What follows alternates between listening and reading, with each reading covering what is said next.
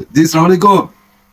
वो बड़े बड़े बेशरम बंदे तुसीं दुनिया दे देखे होंगे, बेशरम ते बड़े बड़े बेहया लोग देखे होंगे, पर मैं तो ऐसा क्लास का बेशरम ते बेहया दिखाने लगा। उन्होंने लीडर कहने वाले बंदे, उन्होंने लीडर मनने वाले दिमागी मरीज हो सकते हैं, दिमागी जहनी गुलाम हो सकते हैं, ते पता नहीं की कुछ हो सकते हैं। तुसीं आपे ही फैसला करो।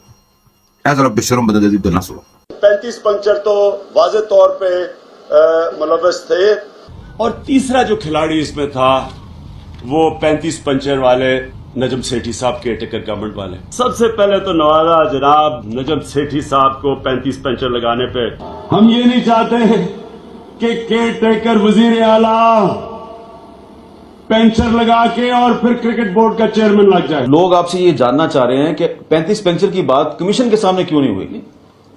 35 पेंचर तो कोई और चीज, उसको वो तो एक हमारे ब्रिगेडियर सैमसन ने, मुर्तजा पोया ने कहा है उनको कि अमेरिकन एम्बेसी ने उनको बताया है कि पेंचर क्या होता है, क्योंकि उन्होंने टेलीफोन कॉल पकड़ी है नजम सेठी को कहते हुए एक शरीफ ब्रादरान को कि मियां साहब मैं 35 पेंचर ला देते ने।